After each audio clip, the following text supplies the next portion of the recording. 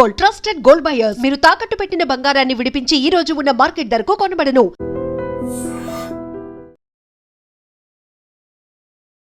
నమస్తే, welcome to I dream talking point with కవిత.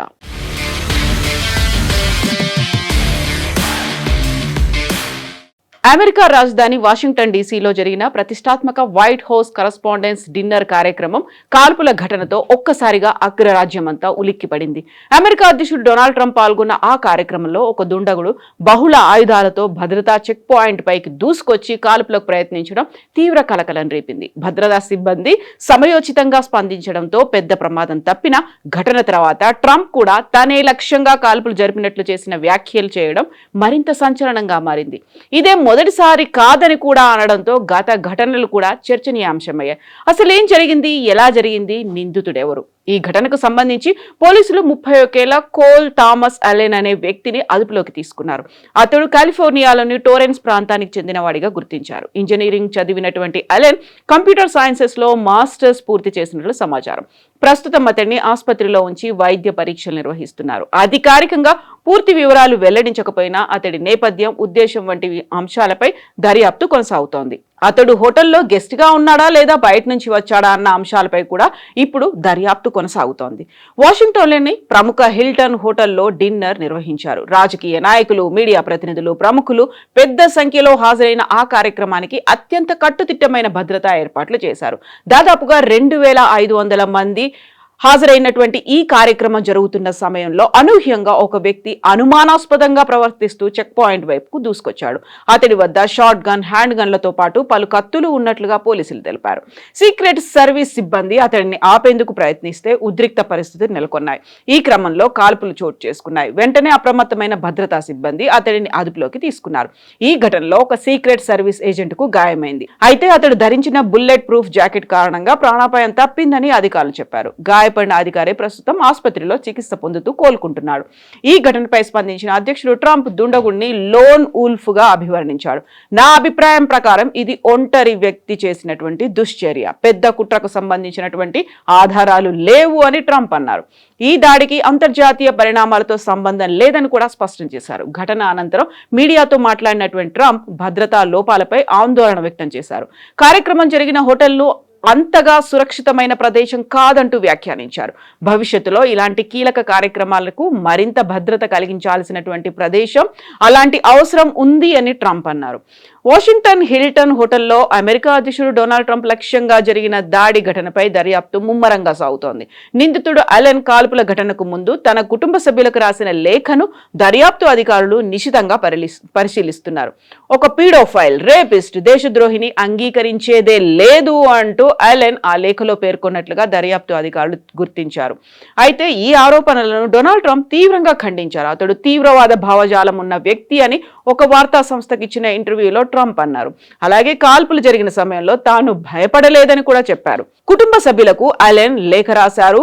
ఆ రాసిన లేఖలో ఒక పీడోఫైల్, రేపిస్ట్, దేశద్రోహి తన నేరాలతో అమెరికాకు మసిపూయడాన్ని ఎంత మాత్రం అంగీకరించబోను అన్నాడు. ఈ స్థాయి అసమర్థత, పిచ్చితనం అమెరికాకు మళ్లీ సమర్థవంతమైన నాయకత్వం వచ్చే నాటికి ఈ పరిస్థితులు సరిదిద్దబడతాయని ఆశిస్తున్నట్టుగా నిందితుడు అన్నాడు.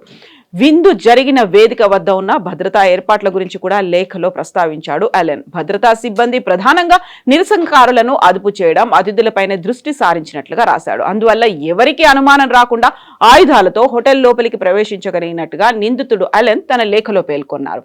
అయితే అలెన్ రాసినటువంటి ఆ లేఖలో ఎక్కడా అమెరికా అధ్యక్షుడు ట్రంప్ పేరు ప్రస్తావించలేదు. కానీ తన లక్ష్యం మాత్రం ప్రభుత్వ ఉన్నతాధికారులని తెలిపాడు. FBI డైరెక్టర్ కాష్ పటేల్ మాత్రమే మినహాయించినట్టుగా సమాచారం. FBI డైరెక్టర్ కాష్ పటేల్ ను మాత్రమే మినహాయించినట్లుగా సమాచారం. సాయుధుడు ట్రంప్ తో పాటు అనేక మంది ఉన్నతాధికారులను చంపాలని పథకం వేసినట్టుగా శ్వేత సౌధం మీడియా కార్యదర్శి కరోలిన్ లీవిట్ చెప్పారు. అయితే ట్రంప్ మాత్రం తాను అలాంటి అభియోగాలున్నటువంటి వ్యక్తిని కాదు అంటున్నాడు. ట్రంప్ దాడికి ముందు నిందితుడు తన కుటుంబ సభ్యులకు పంపిన మేనిఫెస్టోలో ట్రంప్ పేరు ప్రస్తావించాడని ప్రశ్నిస్తే ట్రంప్ తీవ్రంగా స్పందించారు. తాను ఎవరిపై అత్యాచారం చేయలేదని అన్నారు. నిందితుడు కోల్ థామస్ అలెన్ కు తీవ్రవాద భావజాలం ఉండటమే కాకుండా అతడు క్రైస్తవ వ్యతిరేకి, మానసిక దివ్యాంగుడని మండిపడ్డారు. నిందితుడి లేఖలో పేర్కొన్నట్లుగా తాను రేపిస్ట్ కాదని, ఎవరిపై అత్యాచారం చేయలేదు అని చెప్పారు.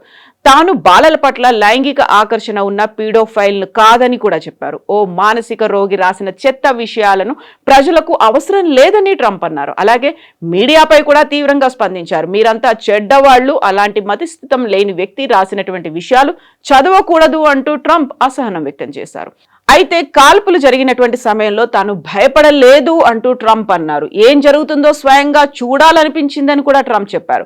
జీవితం ఎలా ఉంటుందో తనకు తెలుసని, మనమంతా ఒక పిచ్చి ప్రపంచంలో జీవిస్తున్నామని ట్రంప్ అన్నారు. కాల్పులు జరిపినప్పుడు అక్కడి పరిస్థితులు గందరగోళంగా మారాయని, సీక్రెట్ సర్వీస్ అధికారులు తనను వెంటనే బయటకు తీసుకెళ్లే ప్రయత్నం చేసినప్పటికీ తాను పరిస్థితిని చూడాలనే ఆసక్తితో కొంత ఆలస్యం చేశానని ట్రంప్ అన్నారు. కానీ ఆ తర్వాత పరిస్థితి సాధారణం కాదని అర్థమైందని వివరించారు. అలాగే అధికారులు పలుమార్లు నేలపై పడుకోమని చెప్పడంతో తాను కూడా వంగినట్లుగా చెప్పారు. ఇక న్యూయార్క్ పోస్ట్ నివేదిక ప్రకారం అలెన్ తన మేనిఫెస్టోలో ట్రంప్ ప్రభుత్వంలోని ఉన్నతాధికారులందరినీ వరుస క్రమంలో హిట్ లిస్ట్ లో చేరారు. అయితే ఆశ్చర్యకరంగా FBI డైరెక్టర్ కాష్ పటేల్ పేరును మాత్రం మినహాయించారు. ప్రభుత్వ అధికారులందరూ అంటే కాష్ పటేల్ మినహా నా లక్ష్యాలే, పదవుల హోదా ప్రకారం వారిని వరుసగా అందరినీ అంతం చేస్తాను అని అతడు ఆ పత్రంలో రాసుకున్నాడు. కాష్ పటేల్ ను అతడు ఎందుకు వదిలేశాడు అనే దానిపై ఇప్పటికీ ఉత్కంఠ నెలకొంది. అయితే ఇది క్రైస్తవ ధర్మం కాదు అంటూ ఒక దారుణమైనటువంటి జస్టిఫికేషన్ కూడా అలెన్ తన లేఖలో పేర్కొన్నారు. తాను ఎందుకు తుపాకీ పట్టుకున్నాడో వివరిస్తూ అలెన్ కొన్ని వితండ వాదనలు కూడా చేశారు. వేరే ఎవరైనా పీడించబడుతున్నప్పుడు చూస్తూ ఊరుకోవడం క్రైస్తవ ధర్మం కాదు, అది నేరస్తులకు సహకరించడమే అవుతుంది అన్నాడు. ఈ ప్రభుత్వంలోని నేరస్తుల వల్ల పిల్లలు, ముఖ్యంగా ఆడపిల్లలు ఇబ్బందులు పడుతున్నారని, అందుకే తాను ఈ మార్గాన్ని ఎంచుకున్నానని అలెన్ తన రాతల్లో చెప్పుకొచ్చారు. ఇక FBI director Kashyap Pramod Patel, quash Patel గా ఆయన పిలుస్తుంటారు. ట్రంప్ ప్రభుత్వంలోని టాప్ ర్యాంక్ అధికారుల నుంచి కింది స్థాయి అధికారుల వరకు అందరి పేర్లను అలెన్ ఆ మెసేజ్ లో రాసుకున్నాడు. కానీ కాష్ పటేల్ పేరు మాత్రం రాయలేదు. అలెన్ తన లిస్ట్ లో రాసుకున్న వారందరినీ కాల్చి చంపడానికి నిశ్చయించుకున్నాడు. కానీ కాష్ పటేల్ పేరు ఎందుకు రాయలేదన్నది మిస్టరీగా మిగిలిపోయింది. నిందితుడు తన కుటుంబానికి పంపిన మెసేజ్ లో ప్రాణ నష్టాన్ని తగ్గించడం కోసం నేను స్లగ్స్ అంటే గన్స్ కి బదులుగా బక్షాట్ అనే దాన్ని ఉపయోగిస్తున్నాను. ఒకవేళ తప్పనిసరి అయితే లక్ష్యంగా పెట్టుకున్న వ్యక్తుల వద్దకు చేరుకోవడానికి, ఇక్కడ ఉన్న మెజారిటీ ప్రజలను దాటుకుంటూ వెళ్ళడానికైనా నేను వెనకాడను. కానీ పరిస్థితి అంతవరకు రాకూడదని నేను మనస్ఫూర్తిగా కోరుకుంటున్నాను అని అలెన్ రాసుకున్నాడు. అయితే దాడికి ముందు అలెన్ ఒక యాంటీ ట్రంప్ మేనిఫెస్టోను కూడా రిలీజ్ చేశారు. దాడికి పాల్పడడానికి కేవలం 10 నిమిషాల ముందు అలెన్ తన కుటుంబ సభ్యులకు ట్రంప్ వ్యతిరేక భావజాలంతో కూడిన ఒక మేనిఫెస్టోని పంపినట్లుగా దర్యాప్తులో తేలింది. ఆ పత్రంలో తనను తాను cold force friendly federal assassin గా అభివర్ణించుకున్నారు. ట్రంప్ పరిపాలనలో ఉన్నటువంటి ఉన్నతాధికారులే తన లక్ష్యంగా వారి ర్యాంకుల ప్రకారం ప్రాధాన్యత ఇస్తానని పేర్కొన్నారు. అయితే కాష్ పటేల్ ను ఎందుకు మినహాయించారు అనేదే ఇప్పుడు $1 మిలియన్ క్వశ్చన్ అయింది. ఒక దేశద్రోహి, రేపిస్ట్ ఇచ్చే ప్రసంగానికి హాజరైన చాలా మంది కూడా ఈ నేరంలో భాగస్వాములే.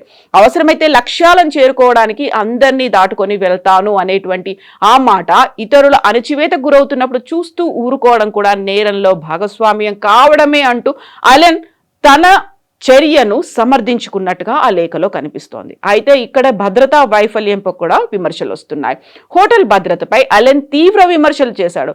తాను పలు ఆయుధాలతో హోటల్లోకి నడుచుకుంటూ వెళ్లినా ఎవరూ అనుమానించలేదు, ప్రశ్నించలేదు అని అలెన్ అన్నారు. ఆ ఈవెంట్ జరుగుతున్న రోజు వచ్చే వారిపై కాకుండా ముందు రోజు చెక్కిన్ అయిన వారిని గమనించనే లేదు. ఈ స్థాయి నిర్లక్ష్యం నమ్మశక్యంగా లేదు. ఒకవేళ నేనే ఇరాన్ ఏజెంట్ అయ్యుంటే పరిస్థితి ఏంటి అంటూ తన కుటుంబ సభ్యులకు రాసినటువంటి లేఖలో ఆయన క్వశ్చన్ చేశారు. ఇక అలెన్ సోదరుడు ఈ మేనిఫెస్టోని అందుకున్న వెంటనే పోలీసులకు సమాచారం అందించడంతో సీక్రెట్ సర్వీస్ అధికారులు అప్రమత్తమయ్యారు. అలెన్ కు రాజకీయంగా తీవ్రమైనటువంటి అభిప్రాయాలు ఉన్నాయని, ప్రపంచ సమస్యలను పరిష్కరించడానికి ఏదైనా చేయాలని తరచూ అలెన్ అనేవాడని అతని సోదరి అధికారులకు తెలిపింది. ఈ ఘటనతో వాషింగ్టన్ లో భద్రతను మరింత కట్టుదిట్టం చేశారు. యాక్చువల్ గా ఈ ఈవెంట్ ఏంటి? గత 100 ఏళ్లలో ఏ అమెరికా అధ్యక్షుడు చేయని విధంగా Donald Trump white House correspondence dinner కు ఒక్కసారి కూడా హాజరు కాలేదు. కానీ ఈ ఏడాది మీడియాపై తనకున్న ఆగ్రహాన్ని వెళ్లగక్కి వ్యతిరేకతను కొత్త స్థాయికి తీసుకెళ్లాలని ట్రంప్ నిర్ణయించుకున్నట్టుగా అనలిస్టులు చెప్తున్నారు. శనివారం రాత్రి తాను ఉండబోయేంత కఠినంగా మరెప్పుడైనా ఉండగలనో లేదో అంటూ ట్రంప్ అన్నారనేటువంటి మాటలు ఇప్పుడు వినిపిస్తున్నాయి. రెండోసారి అధ్యక్షుడిగా ఎన్నికైన తర్వాత ట్రంప్ తీవ్ర వ్యతిరేకతను ఎదుర్కొంటున్నట్టుగా న్యూయార్క్ రెండోసారి అధ్యక్షుడిగా ఎన్నికైన తర్వాత ట్రంప్ తీవ్రమైనటువంటి వ్యతిరేకతను ఎదుర్కొంటున్నట్టుగా న్యూయార్క్ టైమ్స్ సర్వేలో వెల్లడైంది. ఆ సమయంలోనే నేర్డ్ ప్రోమ్ అని పిలిచే ఈ ప్రతిష్టాత్మక కార్యక్రమం రద్దయింది. సర్వేలో పాల్గొన్న 58% మంది అమెరికన్లను అధ్యక్షుడు పనితీరును వ్యతిరేకిస్తున్నారు. ఆర్థిక వ్యవస్థ, గ్యాస్ ధరలపై ఇరాన్ యుద్ధం ప్రభావమే వ్యతిరేకతకు ప్రధాన కారణమని విశ్లేషకులు చెప్తున్నారు. ఇక తన రెండో పదవి కాలం అంతటా మీడియాతో కొనసాగిస్తున్న శత్రుత్వాన్ని మోస్తూనే హిల్టన్లోకి ట్రంప్ ప్రవేశించారు. వ్యక్తిగత రిపోర్టర్లను దూషించడం, New York Times, the Wall Street Journal, the Associated Press వంటి మీడియా సంస్థలపై కోర్టులో వ్యాజ్యాలు, పెంటగాన్ వార్తలను మీడియాకు పరిమితం చేయడం వంటి చర్యలకు పాల్పడుతున్నారు ట్రంప్. గత అధ్యక్షులు సాధారణంగా భావ ప్రకటన స్వేచ్ఛ గురించి మాట్లాడుతూ మధ్యలో వ్యక్తిగత జర్నలిస్టులపై వ్యంగ్యమైన విమర్శలు చేసేవారు. కాకుంటే ట్రంప్ వారికి వ్యతిరేకంగా విభిన్నంగా ప్రవర్తిస్తున్నారు. 2011-2015లో జరిగిన వైట్ హౌస్ కరస్పాండెన్స్ డిన్నర్లో ట్రంప్ ప్రత్యక్ష సాక్షిగా కూడా ఉన్నారు. 2011లో నాటి అధ్యక్షుడు Barack Obama New York real estate డెవలపర్పై జోకులు వేస్తుంటే ట్రంప్ ప్రేక్షకుల మధ్యలో కూర్చున్నారు. ఒకవేళ ప్రస్తుతం కార్యక్రమం సజావుగా సాగి ఉంటే ట్రంప్కు ఇబ్బంది కలిగించే ప్రధాన ఘట్టం అవార్డుల ప్రధానోత్సవం అయ్యేది. ఎందుకంటే లైంగిక నేరస్తుడు జెఫ్రీ ఎప్స్టీన్తో ఆయనకున్న సంబంధాలపై వచ్చిన కథనాలకు అవార్డులు దక్కే అవకాశం ఎక్కువగా ఉందని వార్తలు వినిపించాయి. బట్ అలెన్ రాసినటువంటి ఆ లేఖ ఆధారంగా అలెన్ సోదరుడు పోలీసులకు ఇచ్చినటువంటి సమాచారంతో పెద్ద ప్రమాదం తప్పింది అనేటువంటి వార్తలు కూడా ఉన్నాయి. అలెన్ వెనకాల ఎవరున్నారు? అలెన్ మాత్రం ఒంటరిగా ఒక లోన్ వుల్ఫ్ లాగానే ప్రమాదకరమైనటువంటి చర్య చేసే ప్రయత్నం చేశాడా? ఇప్పుడే దర్యాప్తు సంస్థలు అయితే దీని మీద ఫోకస్ చేశాయి. ప్రస్తుతానికి అలెన్ అయితే హాస్పిటల్లో ఉన్నాడు. ఆయన నుంచి సమాచారం రాబట్టే పనిలో పోలీసులు ఉన్నారు. మీరేమనుకుంటున్నారో కామెంట్స్ రూపంలో తెలియజేయండి.